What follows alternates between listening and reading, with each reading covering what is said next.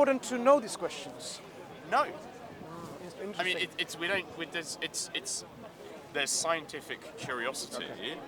There's the value of understanding the process of evolution, but we don't need to understand how life started to understand the process of evolution outside. Well, there is the whole idea of kind of self-replicating chemical compounds, of proteins in particular, that precedes life and is kind of seen as, by certain evolutionary biologists, as kind of like a sort of form of life without the kind of the animus, as you would kind of refer to it. And then that's kind of DNA is just a much more advanced and sophisticated version of that can give rise to this thing. What is this thing, this animus? I don't know. Most scientists don't know. It's still an open question. It's an interesting question. But in terms of like how I go about my day-to-day life and my existence, I don't need to answer that question. I'm here, I'm talking to you, but you without having an answer for that question. But you do appreciate that power of animation will go away from us one day. We will all die. Yes. Okay? The opposite of life is death. So we will die. So once we die, what do we see? We don't see that person any longer interacting with us. That consciousness that you talked about earlier in that individual is no longer interacting with the environment, with us or anything else that you can see. So once you and I die, what's going to happen to us? Are we going to remain or become or transform? As Bertrand Russell said, when I die, my body shall rot. So that's it. So basically, there is no between you're in a living state in which there's rearrangement of atoms, and when you die, it's rearrangement of atoms. Yeah. That's it. Yeah. So there's no meaning to anything. Well, sorry, let me revise slightly. That's, as far as I know, that is what happens. I have no evidence to believe otherwise. Yeah. But maybe I'll be surprised. So why are we programmed to die? I could only know that, after I'm dead and I wake up in some afterlife. Why are we programmed to death? Why is it programmed in every living body? What do you mean by programmed to death? Okay. Which living species that you know lives forever? Sorry, do you understand the concept of entropy? No, I'm talking about living species. Yes. Living species. It's okay. Living species like ourselves. Yes. Trees, animals, plants and animals and so on. We're talking about they do not remain forever and forever in that state. For example, you are in a particular state, as you said, state of entropy, but you can't maintain it, even though you try to balance between anabolism and catabolism. Yes. Yep. Your body is somehow programmed within your genetic codes in which you will die. That is inevitable in every living species. I'm not sure if it's programmed in the sense that you're talking about. So is it random? It's either programmed or random. The makeup of our physiological body as we're born is sort of programmed in a sense, yes, by our genetics, and then as far as we know, as a function of existing in the natural world, our bodies grow and mature, and then why do we age and why do we die after that? Well, there's all kinds of research into like telomeres and kind of that's part of the chromosomal part of chromosomes. Is there a random process when people age? Like human beings. Take the example of human beings. There's growing. Why? I'm not an expert on telomeres, but there's growing kind of research and evidence about this. And yes, I'm aware there's scientists kind of trying to understand. Maybe we can slow down. Reverse the aging process. You're answering the questions yourself. When you say we can slow down. I maintain the emergence.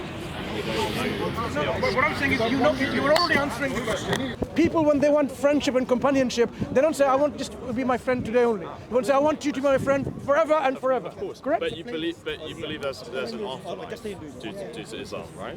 It comes. This is all logically corollary extension to this belief system. If you have within your makeup a feeling to live forever, I want to love forever and forever. Think about two lovers, okay? say husband and wife. They say, I love you forever and forever. I want to love you forever and forever. They have within them a concept, a feeling, an understanding, an experience. They want to last this with no end. God, the creator that we believe in, has inputted us, embedded us with this feeling in which this will be given to us in another life, because this is an experimental life in which you demonstrate to yourself whether you are worthy of living in a life of continuous joy, bliss, or you became an arrogant, stubborn individual, you reject knowing the truth and so on. So we believe our life that we have comes with consequences with the choices that we have. But do you believe that your God is kind of all loving? God, when you say all loving, it's something that needs to be explained. God is loving, and there's no one who can love more than God. So we say God is more loving than anyone else. Okay. God is more merciful than anyone else. More loving than anyone else. Yeah. Let me clarify. That's good enough. But yes. there are conditions attached to who can be the recipients of special love from God. There is two types of love from God. One is a general love for everyone, because that's his justice, being just. He gives this general love, and he shows them this guidance to his general love to every human beings. But he selectively gives a specific form of love, those who are recipient of that by fulfilling certain conditions. So for example, we say God is Ar-Rahman, merciful. God is Ar-Rahim, merciful. But there's a distinction between these two mercy.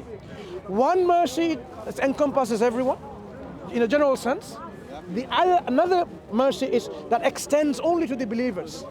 Everlasting mercy, not just temporal mercy. To explain to you a bit more, it's interesting. I understand. Fine. Do you think there are good people who don't believe in the same God that you do? Yeah. So it's a very good question you ask, because that really differentiates between do we need God to be good? Do we need religion to be good or not? The question is grounded in the very concept of what is to be good. We say good is what you are doing in line with what God asks you to do. Good by itself doesn't exist in ether, in nowhere, because good is not something, a conscious entity like you're saying, I'm good like that. It doesn't exist. It's a quality that is described by our Creator, which we need to be in line with that to be called good. Does that not seem a little bit tautological to you? How? That God will give more love to the people he deems as good, but he deems people as good by his own metric. Essentially, what you're saying is God has constructed his own morality, and then kind of he not imposes it on us, but he differentiates between people by sort of how much they've conformed to his conception of morality. So there's but if I, as a human being, read the text of the Quran or any other religion, and there are things that I take issue with that I think are immoral, in fact, or perhaps amoral, or not necessarily, or not being consistent with what I think is moral as I understand it.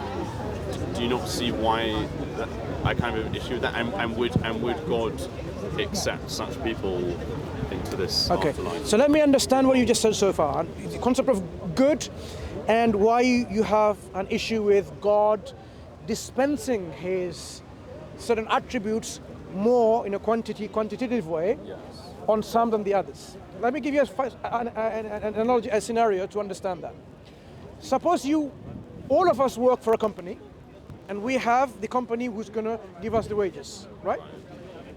You do all the things the company asks you to do. Convene meetings, contract deals, and so on and so forth. But me, for example, I don't do that even though when I had the opportunity to do so. I deliberately, instead of working for the company, I try to help his company out and so on and so forth. In situations like this, even though I'm employed by the same company, would it be just for the company to equally look at our work and say, I will not punish you with anything, but I will give you the same bonus that you get because of what you've done, and I will have the same bonus as well. So the bonus, right? We're talking about the bonus issue. Yes. Forget the punishment issue, the bonus. So you get the bonus for all that you've done, and all that I didn't do and did something contrary, I get the bonus. Would you say this is fair? First of all, rewards and punishment are just the inverse of each other, right? So if God motivates people to do good because they'll be divinely rewarded or because they don't want to be divinely punished, I kind of see those as the same thing. If you're separating people into two groups, you can either say like reward not reward or punishment not punishment. I don't really see. But I talked about bonuses between two, not punishment, no, right. bonuses. So exactly that, but this is why I'm making this point, because bonuses are a type of reward, not a type of punishment. Yeah, both are the reward. Sure. So if both are rewarded equally. It's interesting you're making this analogy and kind of putting the executives of the company in the. I want you to understand something from real life. In the position of Feel God. free to jump in whenever you in the position of God. In your analogy, that's kind of what you're doing. Can I just ask a simpler question? What is good according to you? I don't have an objective description of what is good. It's something I think about all the time. There are many situations I encounter in my own life or in fiction or in other people's lives where I don't have an immediate answer to the question of what is good in this situation or what is the right thing or what is the right thing for this person to do. I don't always necessarily have an immediate answer, and when I encounter such situations, it'll most likely cause me to go away and think about what is good in that kind of situation, and hopefully that will evolve my moral thinking. But the important thing there is that it's all thinking happening inside my head in conversation with other people as well to kind of see what they think. Maybe someone can help me. I don't want to outsource it to someone or something outside of my experience, because I don't see how that is necessary. And you use the word moral, so in terms of your perspective, would you say that morality is something which is real, or morality is something which is real but inaccessible, like a moral skeptic would say? What would be your perspective of morality? I think morality is socially constructed. Socially constructed. Yes. So give me a sort of example of something that we have morally constructed, which you subscribe to as being morally good. Injunctions against rape and murder and theft and slavery would be some examples. Okay. Yeah. So currently, the injunction against murder. Yes. Okay? That is something generally people agree about. But say the what biologists call the environmental evolutionary adaptation, hunter-gatherer societies. That wasn't there. So the social construct of the injunction of killing someone innocent was not there. That you're forbidden to do that.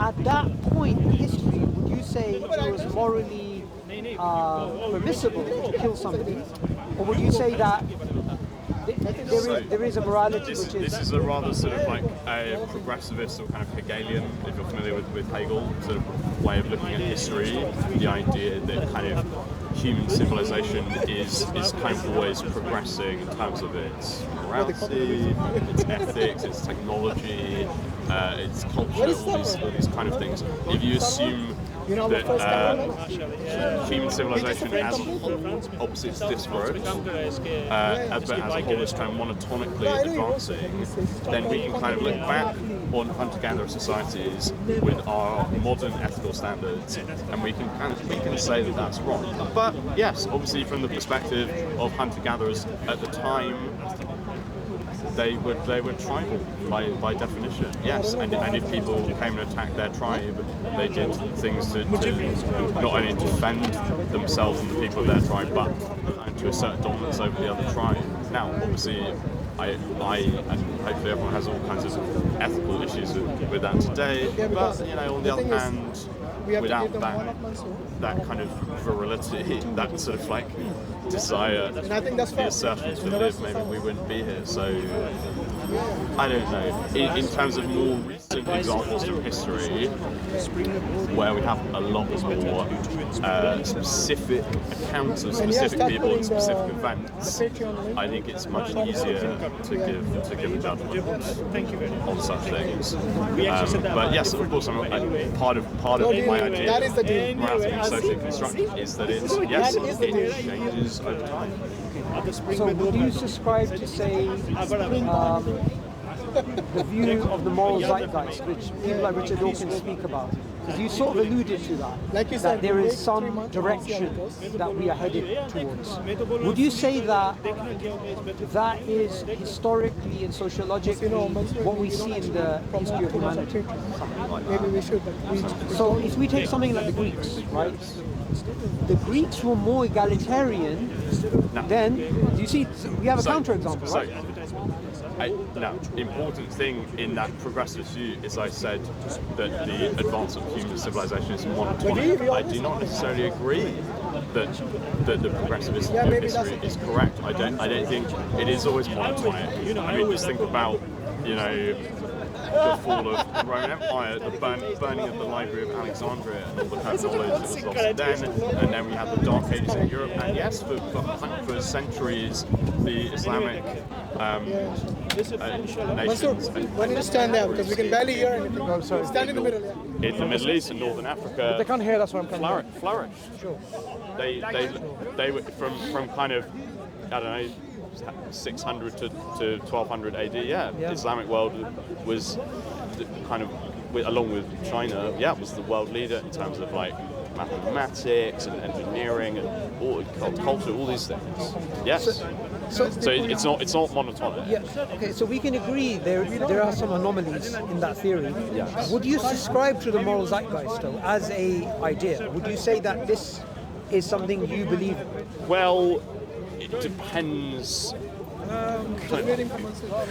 Depends whose morals you're talking about, what agenda, political and economic agendas are at play. It's there are 8 billion people on this planet. It connects to the alignment problem. Like, yes, there might be this group of people over here that's trying to move the moral zeitgeist in this direction, but then there might be another group of people over here that's going in a different direction. Yeah. Let's assume that the UN is our sort of representative as humanity. Let's just assume that for the sake. I know that's a very contentious issue. Okay, so let's just say just war theory. Okay. Right. So the ideas there, some of the ideas from the Geneva Convention as well, some of the ideas from international relations perspective as in terms of treaties. Some of these ideas are now pretty much universally accepted, right? Would you say that objectively humanity has gone to a better place? I think if you want to talk about the UN specifically, that's an interesting question. I mean, it's one thing to talk about your laws and your beliefs. It's another thing to talk about actions or inactions for that matter. Okay, so let me just clarify. I don't mean to say something prescriptive. I mean something descriptive. This is what's written by In the charters, for example. the charters, exactly. It's not about whether the UN has the authority to prescribe those things and whether the UN is effective. What I'm trying to get to, just to give you the upshot of what I'm saying, if you do subscribe to any element of your morality being objective, as in we're better today than we were in the past, I believe the only way you could do that is through a theological argument, is not if somebody does not believe in God or something supernatural, they won't be able to do it. I'm just giving you the upshot of my argument, Right, sure. so you know where I'm going to be headed. Sure. Yeah. Now, again, I'm not arguing the progressive viewpoint. I think morality goes up and down and sideways in different directions. However, I can be more specific. I can name specific examples, such as treatment of people who are not heterosexual, treatment of people of different races, you know, all these kind of obvious examples. I can think about kind of fairly recent history where those people were kind of treated poorly officially by judicial systems, even in Western countries, and kind of unofficially by the populations as a whole. And the civil rights movement in America, Martin Luther King, that to me is an example of moral improvement of a kind. I'm trying to understand doesn't mean that there aren't still issues around race in America. Obviously I'm trying to understand your perspective a little bit better, because you seem to be saying two different things. You seem to be saying there's no objective morality. I could be wrong. I'm just trying to understand. You seem to be saying there's no objective morality, it's a social construct, but at the same time, you do believe there's been progress. Now, progress is predicated on the idea that there's some standard benchmark objectivity. So there's two. I'm trying to understand your perspective better. No. Okay, sure. So what I'm saying is I can identify specific cases where the way we treat this kind of person or this situation now is, in my view, more ethical, more kind, more humane than how we used to. No, it's not. I can't say it's objective. It's just my opinion. Can I put out a contention I have? I can't prove it objectively. Sure. Can I put out a contention to that? I believe the idea of progress is incompatible with subjectivity, and progress can only be compatible with objective moral standards. Shall I repeat that? Say more? Sorry? Can you elaborate more? Okay. Why? I believe if somebody believes in moral subjectivity, or they believe in, say, moral skepticism, that they believe there is objective morals out there but we can't access them, from both those perspectives, they can't subscribe to a progressive perspective or moral zeitgeist. You have to have a belief that morals exist, which are objective, and secondly, that they are accessible. When you have both these beliefs, then you can subscribe to something in regards to progress or the moral zeitgeist. No, you're not listening to my argument. It's observational. The way I think about ethics is I look at things happening in the world, I identify cases or sources of suffering, and then I think, how could we reduce or prevent or alleviate the suffering? Sure. Is suffering bad? And when such alleviation happens, then I say this is an improvement. Yes, the core. It's a rule of thumb. It's not a perfect logical process, but yes, a core principle of how I think ethically and morally about the world is suffering is bad. Let's try and reduce suffering. So I think if I may just to quickly understand what you're saying. I don't think that's so your position is suffering is bad. We want to eliminate, prevent, minimize. Yes. Totally get rid of it if we can. That determines what progress is. So that's how we're working on. To you, morality is grounded on this concept, in your understanding, where people should not suffer. And we need to reduce the suffering. When we can reduce the suffering, then we have made progress. So that is to you not only subjective, it's actually an objective standard which everyone should follow, because you are not making your individual like I wish there would be no suffering. You expect and you desire that everyone accept this foundational understanding that suffering should be avoided. No, that's I never, with respect, I never said that. Okay. I maintain, I'll repeat it again if you want me to say it again. This is how I personally think about ethics and morality. Many other people may also think about ethics and morality that way. I have not forced any of those people to think about the world in the same way I do. They merely have come to the same conclusion as me. Sure. So the perspective that he elucidated right now, that is what I believe you were subscribed to. You seem to be saying two different things. You seem to be saying this is my perspective, as in it's subjective, but at the same time, you're being pretty categorical that reducing suffering is a good thing. Well, yes, but of course the Do you see they're incompatible, these two ideas? it's my personal opinion that reducing suffering is a good thing, and yes, I'm being subjective.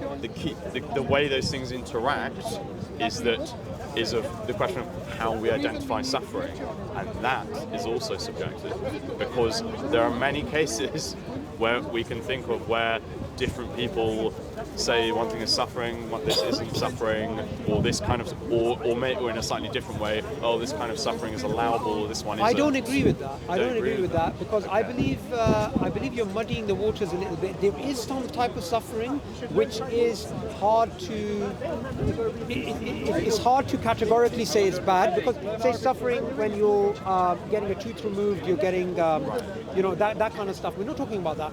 There's other type of suffering, like for example, taking prisoners of war and torturing them, right? Yeah. So that type of suffering is something we can categorically say is wrong.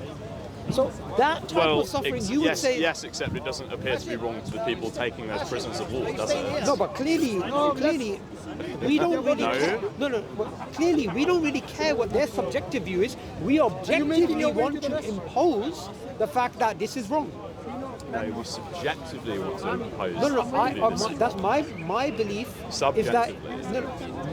My belief is that there is an objectivity, which is why it's prescriptive for us to try and stop that action.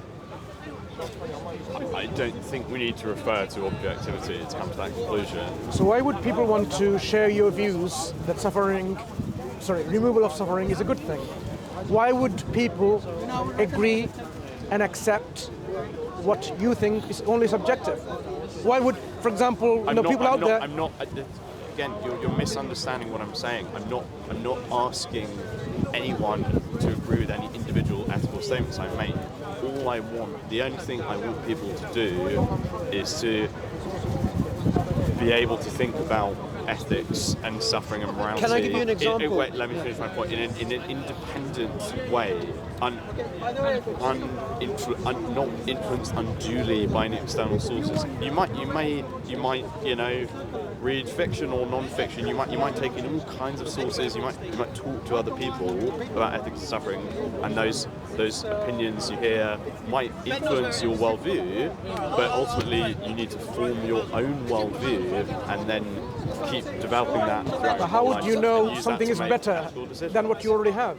How would you know something is better than what you already developed? No, I can't know that, but I can think about it and just make a decision as to whether I think it's better. Can I give you an example? That's the difference. I think this example will help. Maybe about 10 more minutes or something, yeah? Maybe, inshallah. Or longer. Let's look at Let's Bosnian wrap it up in a genocide, few minutes, right? What's happening in Bosnia in the 90s. Yeah. Do you think there was a moral duty for nations to intervene in the way that they did to stop the genocide? First of all, I just want to say I wasn't alive when that was happening. If you were there, hypothetically. I'm not perfectly up to speed on all the historical details, but I do. Generally, okay, yes. so first, I generally know there was genocide in Bosnia. Sure. I know some aspects of it. Yes. I want to give you my theory. If you want to talk about, so in terms of like interventionism, this is a very interesting topic ethically. It's something I think about a lot. It's something I struggle with.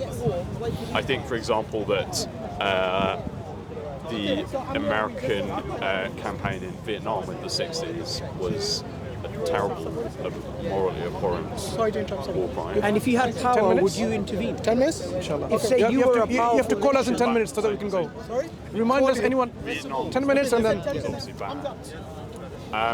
But then if you think of more recent interventions, such as the one in Iraq to kind of oust Saddam Hussein, now obviously you can look at Iraq and the state of today and what's happened since then, and certainly the Western handling of Iraq post Saddam Hussein is far from perfect, and I I want know to. many people that died and suffered as Yeah. a result of that intervention. So it wasn't perfect. I think but I think it's more arguable than Vietnam. So the point I'm making is intervention is a complex question, and I think Okay, I'm thinking about it on a case by case basis. No, so I think what's happening is there's a lot of muddying of the waters happening again because we're going into. Excuse me. I'm not muddying the waters. I'm just trying to explain a complex position. Okay, no, but that's what I'm saying. I'm sorry. That's what I I'm saying. apologise. I don't have a simple ready-made answer So for you. if we leave aside Bosnia and Iraq, if we go to a hypothetical scenario Yes. where you know there is oppression happening, there's suffering happening, my theoretical framework, I'll just lay it out for you, is that I believe objective morality exists, it's accessible, and they are objective moral duties. How is it accessible? Okay, I'll explain all of this, right? So the existence of it is based upon the existence of God. Right. On that point, I'm open. Can I lay out the framework Sure, first? yes. Okay? So the existence of morality is based upon the existence of God. Okay? The understanding of what that morality is, because remember, you can believe in objective morality, but if you can't access it, like a moral skeptic would say, we can't access it, then it's useless. You might as well not have a standard. So I believe the understanding of what is right and wrong comes from two sources. It comes from revelation, and it also comes from what in Islam is called the fitrah, our natural disposition. And the third is the moral duty of enjoining the good and forbidding the evil is an injunction that God gives. So all of this is based on theology. Sure. I believe if someone does not have theology, they can't justify intervention, and they can't justify saying we are making progress or suffering is bad and we should reduce it. I believe all those things are incoherent if you don't have this perspective. Why is theology first of all, I would contend that theology is a way to access morality in the first place, but you seem to not... Say that again? I would contend theology is a way to kind of access morality, certainly objective morality in the first place, but you seem to not only be saying that, but also that it's the only way of doing that. I would negate... Why do you think that's the case? Sure. So let me be clear with my claim. Not only am I saying, like you said, it's a way to access morality, I'm negating all types of other methods, yes. all types of moral Exactly. systems and ethical systems, Sure. if they're not theologically grounded. That's exactly, negating yes. them Right, totally, right. categorically. So saying that, as an atheist, you're basically saying I can't be moral, right? Okay, is that what you're saying? Let me rephrase that. I believe you as an atheist can never be a moral realist if you are an atheist. A moral realist. As in you believe morals exist in reality and they are moral values and there's moral duties. Oh right. Well, I never said they were. No, I'm saying an atheist. I said they were subjective and socially. No, that's fine. You as an atheist can say that. What I'm saying is, an atheist or someone who doesn't believe in God and an agnostic can never believe in objective values and objective duties. Okay. Yeah. So what? What's the point? No, I'm just elucidating on my worldview. Fine, but it doesn't. No, what follows from there is the question of progress is actually meaningless because you can't. Incoherent. It's not that coherent. When you say progress, you already have a standard that you are using this to say I'm passing that, and that's why its progress is, or degress if you want to call that if you're not doing that. I referred to the very vague and sometimes flimsy standard of evaluating suffering in people and animals as well. If you that's a separate thing. But people can have a difference of opinion what it means to is suffering good or Of bad, course, and those I said that. Yes, I know that's of what I'm saying, course. and that's why I'm saying you can't say that this is progress. They will tell you that this is not progress because we don't accept this kind of framework. So if you want to accept, it's my opinion. I know. That's what you've been telling throughout. I can't elevate Felix, it any higher than that. you said so. You said this is your personal subjective understanding and interpretation of the world of ethics and morality. But if you have a framework like what's theologically grounded, as what the Subboor is saying, in which then you can see that this can be the anchor for every human being to say, yep, agree, because this seems to be the gold standard. Because remember, we have many standards people are bringing on the table. There is one standard that we can say that seems to be the better, in fact, if not the most gold standard.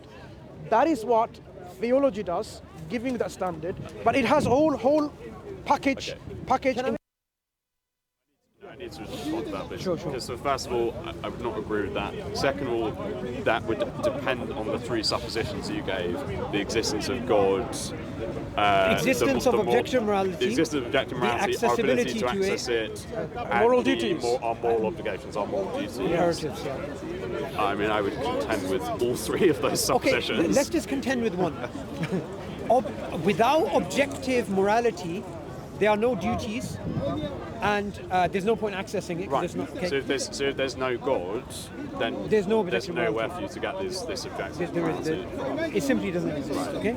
I'm going to make a stronger claim, not just these claims, which is any moral values that you have as an atheist. The fact that you want to take care of the poor, you want to help the elderly, you want to do these things, even if you don't believe in God, they are actually from God.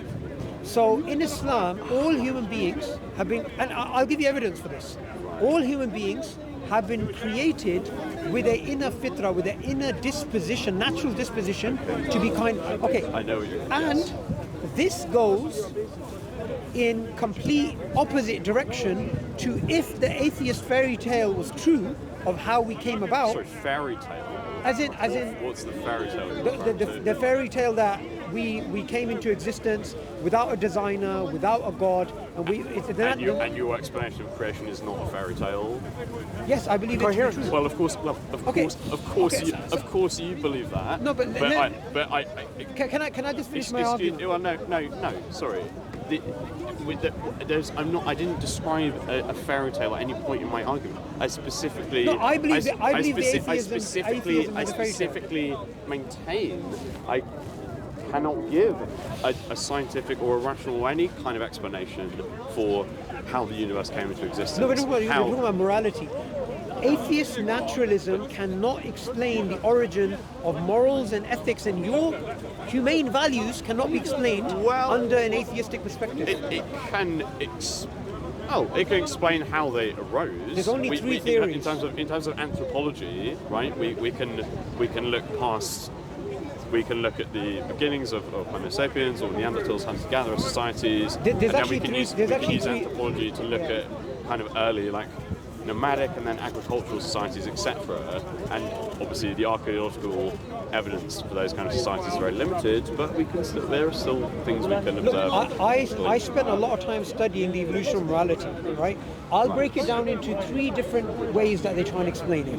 Reciprocal altruism, kin selection, and the expanding circle. These are the three main ways they explain, okay? Yeah. Each one of these can be refuted, okay?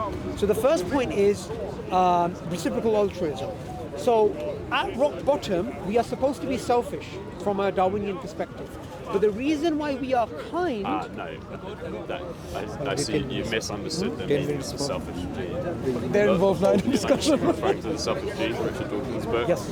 So this is a common misconception. The title, the selfish gene, is not referring to the genes making the animals they create selfish. The whole idea is that the gene, and even the proteins that preceded the gene, are selfish in the sense that they are literally self-replicating. I know this. I've studied. You know this, right? Yeah. But and I never made that claim. Right, but okay, but you seem to be saying that chemical mechanism that then builds up into animals like us makes us selfish. You didn't actually hear me out. Agree with that argument. So you've read the selfish gene. Yes. So in the selfish gene, what you find is Richard Dawkins is explaining kin selection and reciprocal altruism. Do you know why he's doing that? Why do you think he's doing that? He's trying to explain the origin of our humanity. So he, for example, JBS Haldane, he gives the example of, I would give up my life for 2 brothers or 4 cousins, right? So the idea is that your offspring share your genetic material, so taking care of them is taking care of yourself. So that's kin selection. Reciprocal altruism is when they're not your kin. When you scratch their back, they're going to scratch your back. It's for evolutionary, from a fitness perspective, on average, is better for you. The expanding circle is, a simple way of explaining it is, say me and Mansur, we are 2 brothers, and we are living with our wives next to each other. And what happens is, because he's my brother, and taking care of him is taking care of myself from a genetic perspective, as you know. And so natural selection looks for quick and dirty solutions, which is just be nice to people around you as opposed to just be nice to your kin. And now when Mansur moves away, because the society is being urbanized, and you move in, you're not my kin, I'll be nice to you, and that's an evolutionary byproduct. So from that you get an expanding circle. Yeah. Okay? These 3 ideas, and the expanding circle is not mentioned by Dawkins, it's been popularized by Pinker. These ideas are there to explain our humanity, because Darwinian evolution doesn't explain our altruism, so that's why these ideas have been put forth. And each one of these ideas, I believe, can be refuted quite easily. I'd love to hear that. Okay, go let me ahead. give you a very easy refutation, because we were supposed to Then be go going, to right? another discussion. Have you given charity anonymously? Anonymously. Yes. Okay, that's not kin selection, that's not reciprocal altruism, that's not the expanding circle. Okay, it's something new. How does that refute any of the 3 things that you mentioned? For each one of these theories, there has to be a target, right? There has to be an evolutionary yes, benefit. But they're not describing the totality of how morality is. Okay, so right, there could be which other theory would there be? Well, giving charity anonymously is not even reciprocal altruism. It's just altruism, right?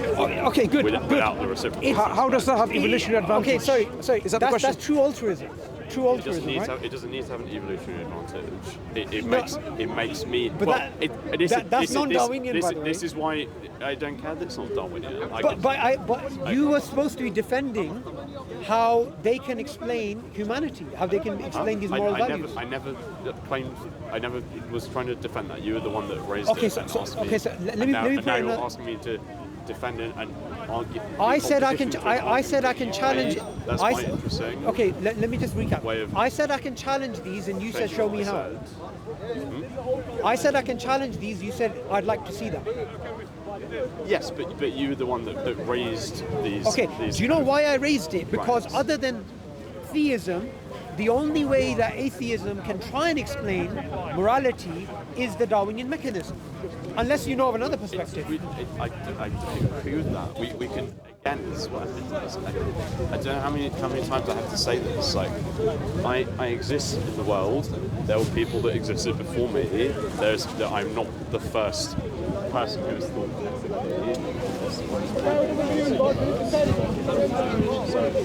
So I've come across that, and I think, how can I be a free ethical thinker myself? How can I continue this? And suffering is kind of one of the base things I've decided upon. Like, that's a good place to start from. We've gone around in full circle, but remember we spoke about objectivity. The whole reason the discussion went this way is because we spoke about objectivity. Because remember I said objective morality exists, we can access it, and we have duties. Right. And this was my theological framework, and you thought this was wrong. So then we spoke about objectivity, right? And when it came to objectivity, we were trying to speak about human values, right? And then when it came to human values, obviously from a theological perspective, we believe in God, so we believe they come from God.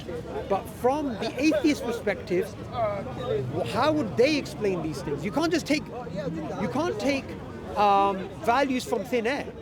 They have to be based on something, right? Yeah, and I've given you a basis for what the values are based on. What are they based on? Minimization of suffering. Again, but minimization of suffering, you believe to be something good. That's a choice. That's the axiom I'm presenting. So how do you justify that? How do you justify It's an axiom. It doesn't need justification. How can you call it an axiom? You know what an axiom is, right? Do you know what? I actually agree with you. An axiom doesn't need justification. That's what an axiom is. Okay, but you've taken an arbitrary statement and you said this is an axiom. That's what an axioms are, arbitrary and unjustified. If I say that tent is actually purple and that's an axiom, can I do that? How do you make something axiomatic? An axiom is actually... That's a complete non sequitur. It's not a non sequitur. To say an axiom is arbitrary. So how do you make something axiomatic? To say that an axiom is arbitrary does not mean to say that no thought has been put into it. But the key point is the thought can't be. The thought has to be sort of intuitive. Can I reword my question? And there has to be a choice. Can I reword my question? Minimizing suffering is good, that proposition. Yes. Is this self-evidently true? Of course not. Okay, good. Again, that's what I'm trying to get to. So it's not axiomatic.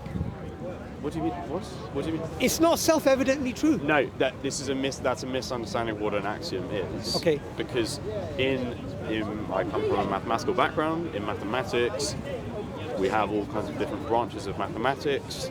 And in order to do any mathematics, you need to have some axioms and some rules of deduction, right?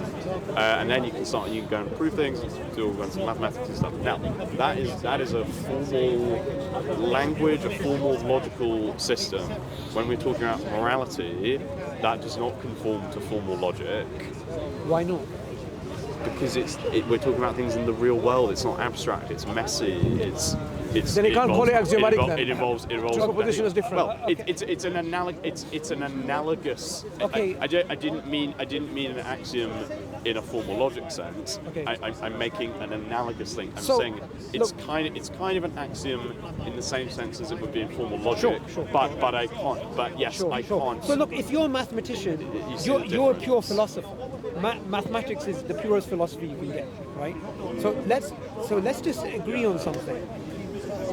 When it comes to deriving, say, Pythagoras' theorem, there's going to be axioms before you derive the theorem. Yes. Now, thank God I've never had to derive it from first principles. Maybe you did that at university. When you are going to be deriving Pythagoras' theorem, you're going to start off with some axioms. Yes. Now, those axioms, you simply can't insert Pythagoras' theorem as one of the axioms, can you? Well, you could. In mathematics, you can do. This is very strange. You can do whatever you want. The whole point of mathematics is you can choose your axioms to be whatever they want. Have you tried? Of course. What you try to do when you're choosing axioms is you choose the minimum possible set of. That's my point. Of the most basic. And you start with what you know to be true. You start with what you know to be true. But again, I would contend that axioms. We don't know axioms to be true. Can I just ask No. Sure. I need something. We don't know axioms to be true. They're not self-evidently true. Okay, so we merely assert them. So can I just ask a quick question? And we need to go after this. Because everything we've seen. Just a quick question. Yes. A squared plus B cubed is C squared as an axiom. Right. Can I put that down as an Plus axiom? B cubed. Yeah. You can do whatever you like. No, you can't. Why You not? can't do that. How can you? Because that's not Pythagoras' theorem. I've just screwed it up. But you just did. You just said it. Okay, but You can is say that valid? You can say whatever you like. No, wait. What do you mean? What do you mean? Is it valid? Okay. In what context? Okay, complete the sentence. A squared plus B squared is C squared. If I did A squared plus C cubed, B cubed is C squared, would that be coherent? You haven't told me what A, B, and C are. I need to know what mathematical system. The whole point is it's working. abstract. Something Doesn't matter that is what. self-evident. It could be That's from the the point. involved definitions. You're not You can come in here. Wait, That's so important. do you understand what the problem is? Yeah. What I'm You pointing out? cannot arbitrarily choose anything to make it axiomatic. Okay.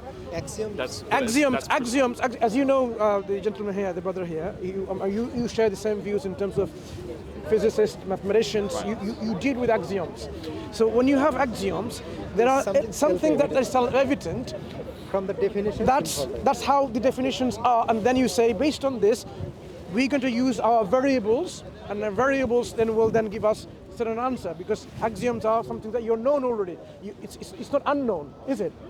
But they're not. So when you made, yes, but Felix, when you made a statement about suffering, minimizing suffering as a good, why did you make it self-evident? You said he didn't make it self-evident. I never said it was self-evident. Okay, then perhaps. I'm saying you know I what? make a choice. Okay, Felix. A choice. I get you. I think what you said. Okay, As so I think it's just we're having issues with certain semantics here. So you're not actually meaning axiomatic in this sense. To you, these are something that is experimentally, observably, that is shown to be the better things to actually hold on to it. Minimizing suffering is a good. It's coming from experience, personal or otherwise. That's how axioms are chosen as well. In terms of Not from experience. You refer to Euclid, you know, the parallel postulate, two parallel lines never meet. I mean, it also could be read as a definition of what parallel lines are. But there's a problem you which can choose. Okay. You can choose different. Before you can we say choose this, because we have to go soon, I even want in to Euclidean bring geometry, something. you can Felix, choose different sets of axioms. Fine. I want to bring the issues. Remember, I talked about like how They're malleable. bonuses is given to two employees of an individual, Yes. and it seems fair not to give them equal bonuses. Now, in our belief system, God is fair and just and merciful, so it would be unfair to treat the guilty and the innocent the same way. Likewise, That's your opinion. I mean, you can say this is axiomatic. It's axiomatic That's the axiom you're choosing. No, I'm saying this axiom that I'm choosing to treat the guilty and the innocent the same is unfair. Now, you can actually demonstrate that through experience, through understanding, through living mathematically, if you want. You can say, like, how can we equally reward the criminal and the victim of that criminal? Excuse me.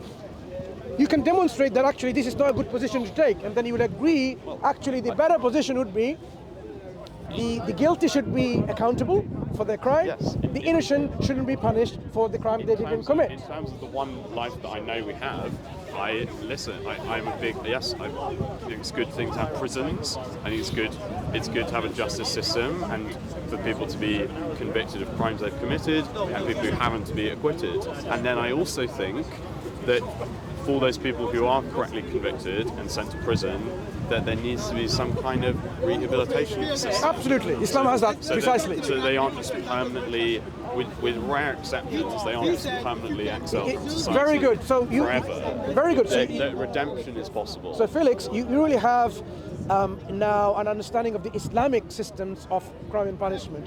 Even though people are in hellfire, they would not last in hellfire for eternity unless they fall into just only a minute one or two categories. Okay, but the rest of them, they can. But I suppose I would contend that Rehabilitation we're talking about. For example, say a Muslim. I'm just going to give an example. Yes. A Muslim who has committed so much crime, so much sin. A crime against God is a sin. So much crime, and because of that, through God's justice, they go to hellfire. They go to hellfire for this rehabilitation. They will be punished and cleansed, okay? Retribution done, and eventually they will come out and they will be in paradise. So there's no one who's in hellfire. No, I'm talking about this is the Muslim category of Muslims. I understand, but yeah. So the Muslims, any Muslim who goes to hellfire, they will not remain in hellfire. They will come out eventually.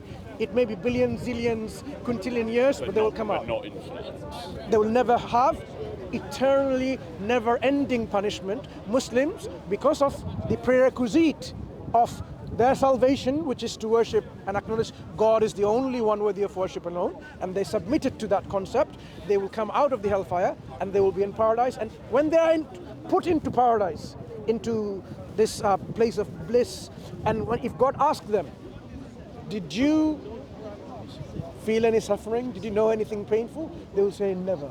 Because one dip in paradise is enough for them to totally forego all the sufferings they had.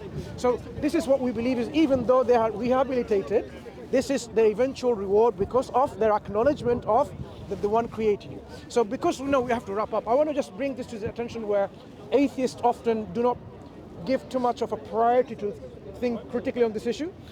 If you and I exist now, we are something. And you are not a total, sophist, skeptic, ultra skeptic in which you deny your own existence. So you exist and I exist, we are something here. Sure. If this is the case, then by extension, there has to be something always in existence, in one shape or form. No, I would not agree with that. The other alternate proposition is, at one point there was absolutely nothing. I don't know. I don't know. Again, I think I'm giving you some logical possibilities. Is there a third possibility? Okay, let me give you. I really think you need to be more humble. Okay, about no. claims, Let me give you about the possibilities. claims Let me you're give you some making. possibilities. It's not about you misunderstood. It's not about oh, let's go through all the possibilities, whatever. These are not questions we can answer at the moment. We can. It's no good listing all the possible answers to the question that you think there are, and then there are trying things, to go through a process of elimination. Felix, you know much better that in the real world. You're making no. mistakes. I'll tell you. Point. Can I reword what he's saying in a different way? Yeah. Whether there was always something or there was nothing to begin with, there's only two possibilities. Do you agree with that? Can there be a third? Could there be a third? When you see something, No, I think there could be a third. Like- I can't tell you. Okay, that's fine, that's fine. I can't tell you what that third option is. We can pick up. These are very abstract concepts to think about, and I think to say there are these two possibilities and we've got it right and that's it. I think that's. Frankly, I don't think it's possible to have a third. I think that's. You can think about it. I could. But logically, it's impossible to have another third alternative. And let me just brief. That's assuming you understand the logic of how the universe operates. I think one which can. I think again is a One bit. can It's a think bit of other possibilities, a big but claim those to make. possibilities will not be coherent or consistent with this reality. Other possibilities like injustices. We can imagine different concepts or different possibilities always, but to scrutinize which possibilities are really consistent with the things we are observing and which are consistent with itself also. So now then Some things, do you know, are binary. They're not anything other than binary. we can pick up- So, for example, either God exists or God doesn't exist. It's a binary question. It cannot be a third possible alternative in between. Are they called red ones, not red? Yeah, it's either God exists or God doesn't exist. If you think there's a third alternative, I would like to hear it, because I can ask philosophers and mathematicians, what is your third alternative? Because you need to have a meaningful alternative. If the alternative is not meaningful, then there's nothing to discuss. Okay, if for that particular question, I don't have a third alternative. Yeah, good. So at least we know that certain things can be binary. But you know that I would argue that God doesn't exist. No, what I'm saying is, at least we know now, from what you've seen Well, so you don't far, know- there are no. certain things which are binary. You can pick up this conversation. You don't we can know continue. that to be the Okay. case. Just because I don't. Felix, just because I do don't. you- just do you come because- here often? Just because I don't have a third option, No problem. does not mean that there isn't. No isn't problem. Felix, do you come here often? Do you yes, he can. Yeah. So why don't you, because you've spoken before, is it okay if we continue the discussion later, because they're all waiting for us and going? It's a pleasure speaking to you. Yeah. Okay? Let's go. Good speaking to you. Thank you. You take care. See you later. We can give it to